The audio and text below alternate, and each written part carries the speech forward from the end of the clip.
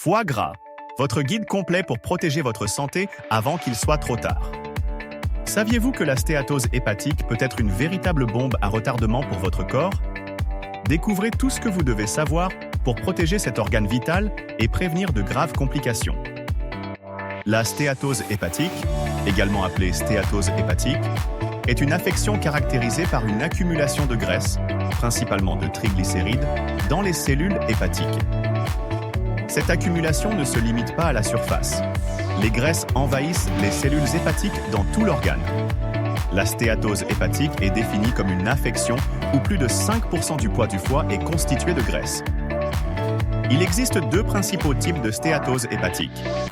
La stéatose hépatique non alcoolique, NAFLD, qui survient chez les personnes ne consommant pas d'alcool de manière excessive, et la stéatose hépatique alcoolique, associée à une consommation excessive d'alcool.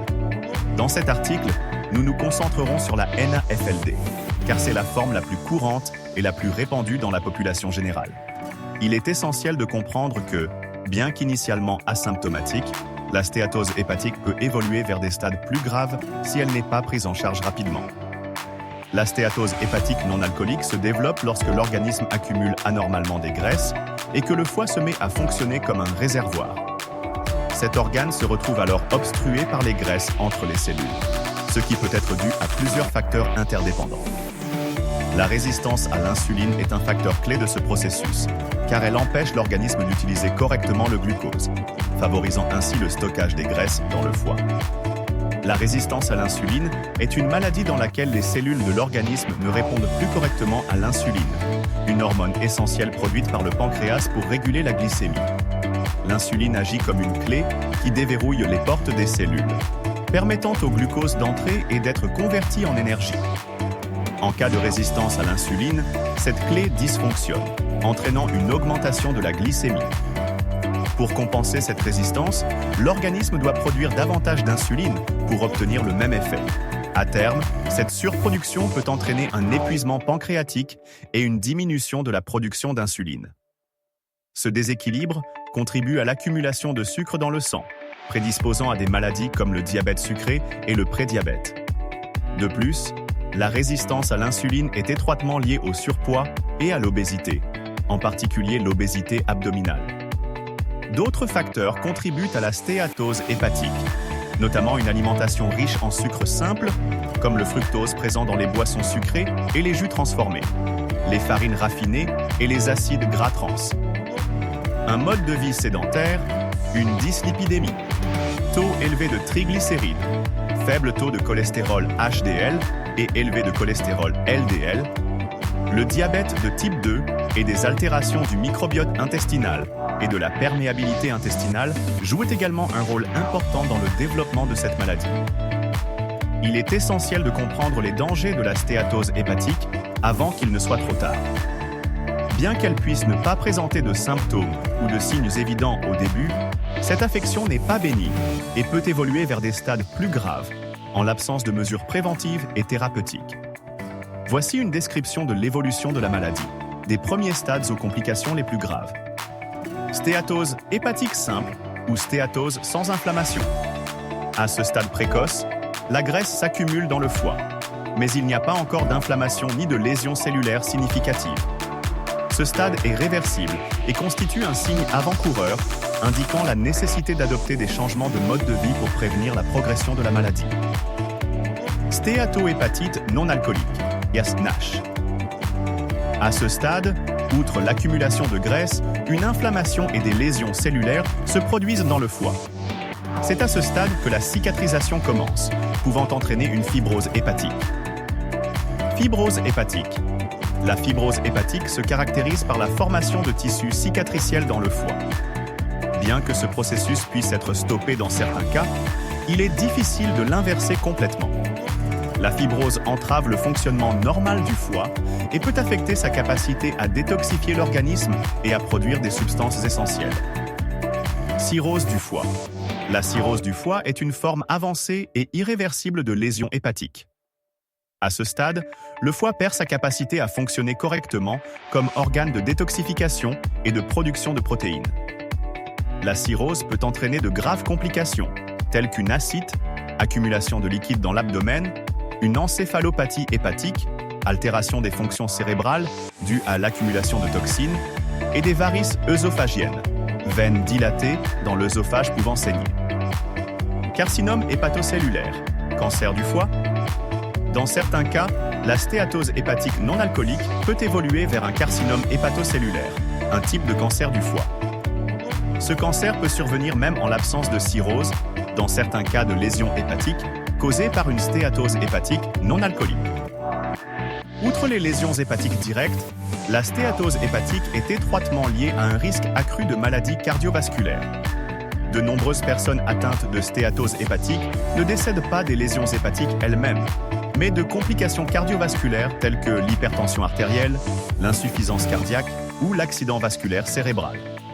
Ce lien s'explique par le fait que la stéatose hépatique est étroitement liée au syndrome métabolique, un ensemble de facteurs de risque qui augmentent le risque de maladies cardiaques, de diabète et d'autres problèmes de santé. La prévention et le traitement de la stéatose hépatique reposent principalement sur l'adoption d'un mode de vie sain. Voici quelques recommandations clés pour prévenir et traiter la stéatose hépatique. Régime anti-inflammatoire. Privilégiez une alimentation riche en fruits et légumes entiers, en bonne graisse, comme l'avocat, les noix et l'huile d'olive, et pauvre en sucre simple, présent dans les aliments ultra-transformés, la farine blanche et les boissons sucrées. Réduisez votre consommation de gras trans et d'aliments transformés. Exercice régulier.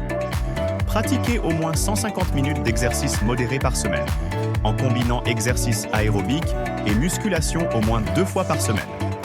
L'exercice aide à brûler les graisses, à améliorer la sensibilité à l'insuline et à réduire l'inflammation. Maintenir un poids santé. Le surpoids ou l'obésité, en particulier la graisse abdominale, augmente le risque de stéatose hépatique. Perdre 7 à 10% de son poids corporel peut avoir un impact significatif sur la réduction de la graisse hépatique. Préserver son microbiote intestinal. Consommer des aliments fermentés, comme le yaourt, le kéfir et la choucroute, et des prébiotiques, comme les oignons, l'ail et les asperges, pour favoriser un microbiote intestinal sain. Évitez l'utilisation inutile d'antibiotiques, car ils peuvent perturber l'équilibre de votre microbiote intestinal. Dormez bien. Un sommeil de mauvaise qualité altère la sensibilité à l'insuline et aggrave le métabolisme hépatique. Visez 7 à 9 heures de sommeil par nuit pour favoriser la santé métabolique et hépatique. Gestion du stress. Le stress chronique augmente le taux de cortisol, ce qui peut perturber le métabolisme hépatique et favoriser l'accumulation de graisse dans le foie. Pratiquez des techniques de relaxation, comme la méditation, le yoga ou la pleine conscience, pour réduire le stress et améliorer votre bien-être général. Évitez l'alcool. Si vous souffrez de stéatose hépatique, il est essentiel d'éviter la consommation d'alcool, car cela peut aggraver les lésions hépatiques et accélérer la progression de la maladie. Contrôle des affections associées. Si vous souffrez de diabète, d'hypertension, de dyslipidémie ou d'hypothyroïdie, il est important de prendre en charge ces affections dans le cadre de votre traitement contre la stéatose hépatique. Un bon contrôle de ces affections peut améliorer la santé hépatique et réduire le risque de complications. Au premier stade de la maladie, le traitement est généralement non pharmacologique et repose principalement sur des changements de mode de vie. Cependant, dans certains cas, un médecin peut recommander des suppléments tels que la vitamine E, les acides gras oméga 3 ou les probiotiques, selon les besoins individuels du patient. Il est essentiel de consulter un médecin avant de prendre tout supplément, car certains peuvent avoir des effets secondaires ou interagir avec d'autres médicaments. La stéatose hépatique non alcoolique est une véritable bombe à retardement métabolique qui peut avoir de graves conséquences sur la santé si elle n'est pas prise en charge rapidement. Heureusement, à ses débuts, la stéatose hépatique est totalement réversible et les cellules hépatiques peuvent se régénérer et revenir à la normale. Ne laissez pas passer des mois, voire des années, avec une stéatose hépatique sans agir. La prévention et un traitement précoce sont essentiels pour protéger la santé de votre foie et prévenir les complications graves. N'oubliez pas que votre mode de vie est essentiel pour maintenir un foie et un corps en bonne santé. Si vous avez trouvé ces informations utiles et pensez qu'elles pourraient aider d'autres personnes, N'hésitez pas à aimer cette vidéo et à la partager avec vos proches. Ensemble, nous pouvons sensibiliser le public à la stéatose hépatique et promouvoir un mode de vie sain pour tous. Nous vous invitons à prendre les mesures suivantes. Consultez votre médecin. Si vous présentez des facteurs de risque de stéatose hépatique, comme un surpoids, une obésité, un diabète, une dyslipidémie ou des antécédents familiaux de stéatose hépatique, parlez à votre médecin d'un examen physique et de tests de laboratoire pour évaluer la santé de votre foie. Adoptez un mode de vie sain. Suivez les recommandations en matière de nutrition, d'exercice, de sommeil et de gestion du stress mentionnées ci-dessus. N'oubliez pas que de petits changements dans votre mode de vie peuvent avoir un impact important sur la santé de votre foie. Partagez ces informations.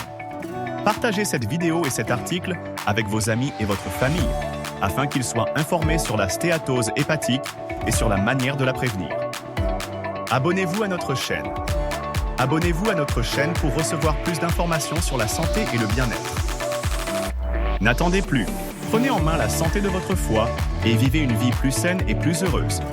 À bientôt dans la prochaine vidéo.